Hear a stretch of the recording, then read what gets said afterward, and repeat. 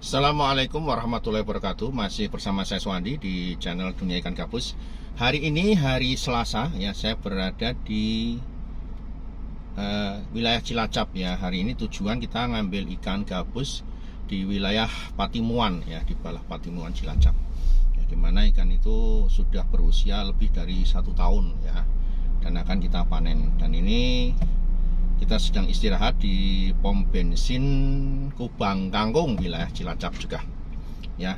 Sambil kita istirahat, kita akan menjawab pertanyaan-pertanyaan dari mitra ataupun sahabat dunia ikan gabus yang sudah bertanya. Cek di 081 665 8779. Pertanyaan pertama dari Bapak Syafril dari Pekanbaru Riau ya. Assalamualaikum Pak, perkenalkan saya Syafril dari Pekanbaru Riau.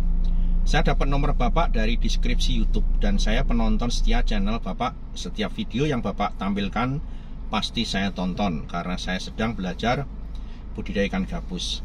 Izinkan saya bertanya Bapak dan juga ingin berguru ke Bapak selaku yang sudah berpengalaman. Nah, pertanyaan yang pertama, apakah sudah pernah Bapak kirim bibit atau indukan ke daerah saya di Pekanbaru Riau? Yang kedua, bagaimana cara mengatasi air yang kotor karena kotoran ikan di dalam kolam terpal? Saya doakan Bapak semoga dalam keadaan sehat dan selalu menjadi orang yang memberikan manfaat bagi manusia lainnya. Terima kasih. Baik Pak Syafril ya dari Pekanbaru Riau. Pertanyaan yang pertama saya jawab. Kita belum pernah kirim ikan gabus ke Pekanbaru Riau ya, tapi kalau kirim ke Medan, Palembang ya, kemudian Jambi, ya, Aceh, ya itu kita pernah kirim. Tapi kalau ke Pekanbaru kita belum pernah kirim, karena memang kita ada permintaan sih pengiriman ke sana, tetapi dari penerbangan yang dari Jogja ini, setiap kita mau kirim itu selalu transit ya, belum bisa direct langsung ke sana untuk yang membawa ikan kita. Jadi kita belum bisa memberangkatkan beberapa pesanan dari Pekanbaru pun. Sampai hari ini kita belum bisa pastikan untuk bisa berangkat, karena kita tergantung dari pihak kargo dan maskapai yang melakukan pemberangkatan. Gitu ya Pak Syafril ya.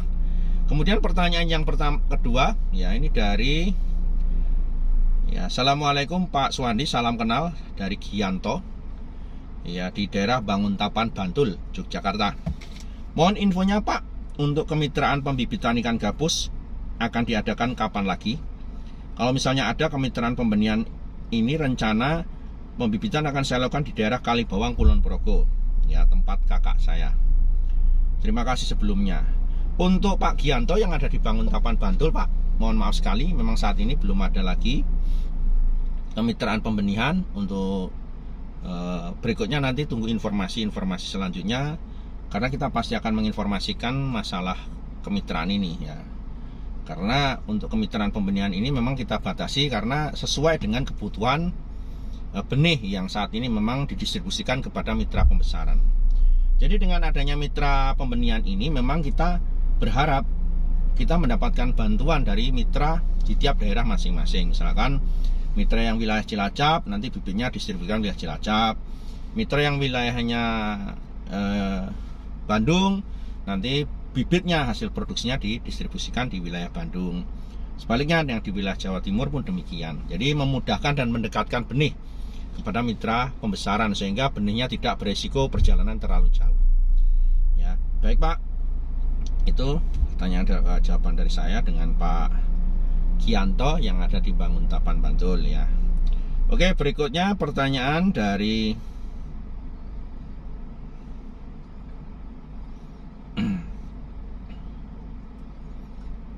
Pak Indro ya, Bapak Indro ya, Bapak Indro yang ada di daerah Purworejo, di Purworejo, Jawa Tengah ya. Salam sukses Pak Suwandi, saya selalu ikuti channel Bapak dan minta penjelasan dan pencerahannya berkaitan dengan masalah pembenihan ya. Saya mempunyai induk yang dulu saya besarkan ya, saya tidak ikut kemitraan dengan Pak Suwandi. Induk itu sudah saya besarkan dari kecil, usia 8 bulan, tetapi sudah mau bertelur ya. Dari 4 pasang yang saya pasangkan, 1 pasang sudah bertelur. Cuma memang ikannya belum besar Pak Suwandi, beratnya baru 200 gram ya. Apakah berpengaruh dari induk yang saya dipijakan ini dengan kualitas benihnya ya, dan mohon penjelasannya Pak Suwandi. Kalau untuk membuat induk Pak, jadi kalau Bapak mau buat induk untuk pembesar, untuk apa dijadikan induk, memang saran saya memang membuat induk yang usahakan juga pengaruh kepada fisik dan badannya. Usahakan memang membuat induk yang badannya agak gede ya. Jadi kalau memang membesarkan sendiri, itu usahakan sejak kecil diberi makan daging saja. Karena kalau untuk ngejar besar itu memang diberi makan berupa daging ikan ataupun kodok ataupun ikan yang dicacah. Itu memang untuk mengejar berat dari induk itu sendiri. Sehingga minimal beratnya ya sekitar 500 gram, 5 on lah, 5 on ke atas ya. Itu dijadikan induk sudah bisa, dengan asumsi di situ paling tidak minimal usianya sekitar 1 tahun dari proses pembesaran ya, dengan menggunakan pakan berupa daging ya. Kalau menggunakan pelet itu memang nanti besarnya lambat ya, tidak bisa mencapai besar yang kita harapkan. Jadi harapan saya memang kalau mau pembesaran, saran saya ke Bapak ya, dari kecil besarkan sampai berat ya setengah kilo ke atas lah ya, setengah kilo ke atas, nanti baru dijadikan untuk induk.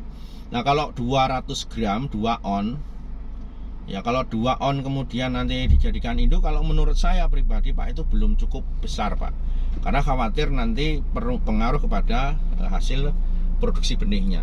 Jadi seperti itu Pak, mudah-mudahan nanti bisa diikuti. Jadi cetak induk yang agak besar dulu sebelum nanti dipijahkan, karena kalau sudah dipijahkan begitu kemudian nanti baru dibesarkan lagi, sepertinya untuk jadi besar lebih lama lagi. Jadi sebelum dipijahkan harusnya sudah besar duluan. Oke, berikutnya pertanyaan dari Bapak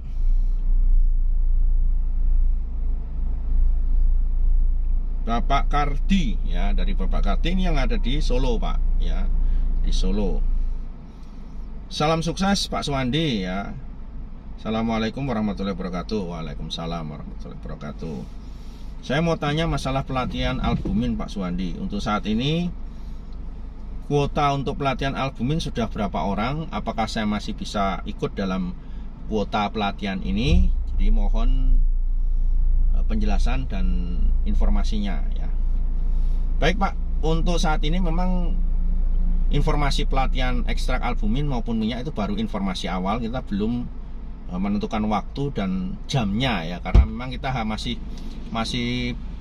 menunggu informasi dari pihak hotel, karena kemarin kita sudah menentukan waktu, dari pihak hotel meng-cancel ini harus tidak pas hari ini. Jadi mereka yang akan menginformasikan masalah waktu pelatihan itu jam berapanya, hari apa gitu kan.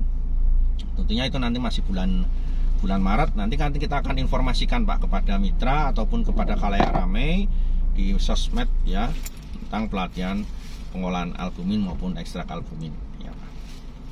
Ya Bapak tunggu aja informasinya Pak, nanti pasti akan sampai juga ke Bapak. Oke, berikutnya pertanyaan dari Bapak Nur ya, Nur Amin ya, Pak Nur Amin ini yang ada di, nggak ada alamatnya ya, nggak ada alamatnya ini Pak Nur Amin. Jadi tolong kepada mitra yang tanya ke chat di 0816658779 itu agar menginformasikan masalah nama, alamatnya ya, jelas ya, walaupun cuma kotanya. Jadi kita bisa saling kenal. Pak Nur Amin misalnya dari Jogja atau dari Jawa Barat atau Jawa Timur, nah itu untuk kita agar saling mengenal ya, lebih akrab lagi. Oke, nggak apa-apa. Pak Nur Amin menanyakan tentang masalah kemitraan pembenihan ya. Kemitraan pembenihan ini apakah selamanya ada Pak, atau hanya terbatas pada bulan-bulan tertentu? Ya, mengingat saya sangat tertarik untuk ikut kemitraan pembenihan ini karena memang saya lihat dari video-videonya Pak Suwandi, banyak mitra-mitra pembenihan yang memang sudah sukses dan sudah berhasil dan mempunyai penghasilan yang menurut saya cukup baik gitu. Mohon penjelasannya Pak Suwandi. Ya, kalau kemitraan pembenihan ini tidak selalu ada Pak ya, memang tidak selalu ada. Kenapa? Di sistemnya CV Minaja Lestari kita buat sebuah sistem yang memang dibatasi juga ya. Orang yang pembibitan saja, tidak boleh ikut di pembesaran. Yang pembesaran saja, tidak boleh ikut di pembibitan. Yang ngepul saja, tidak boleh yang lain-lain. Jadi mereka harus komitmen. Nah, di sini juga komitmen kepada mitra yang kita berikan kesempatan melakukan pembenihan itu juga kita batasi agar apa? Tidak menjadi sesuatu produk yang berlimpah ya, berlimpah kemudian akan jadi overproduk sehingga nanti kita kerepotan masalah penjualannya. Jadi kita akan menyeimbangkan antara kebutuhan benih dengan mitra yang melakukan pembesaran. Ya, yang melakukan pembesaran kemudian yang nanti akan menampung juga yang pengepul juga mengetahui berapa kuota yang mereka harus tampung dari hasil pembesaran itu sendiri. Jadi untuk kemitraan pembenihan sendiri Pak memang belum ada terus-terusan ya. Untuk saat ini kita batasi sampai bulan Mei saja, setelah itu selesai belum ada lagi. Bahkan mungkin saya pikir nanti sampai akhir tahun pun belum akan ada lagi ya. Baru tahun 2023 mudah-mudahan kita masih diberikan umur, kita masih bisa bertemu lagi di kemitraan di pembenihan lagi ya. Tentunya kalau untuk yang tahun depan ada kemitraan-kemitraan di sektor budidaya ikan gabus ini yang ada mungkin beberapa segmen yang akan kita informasikan di situ. Oke, sukses semuanya untuk mitra-mitra dan sahabat dunia ikan gabus. Jangan kemana-mana, saya akan berusaha tetap akan menjawab pertanyaan-pertanyaan semuanya di channel Dunia Ikan Gabus. Dan nggak usah khawatir yang terlambat, mohon maaf sekali belum saya jawab.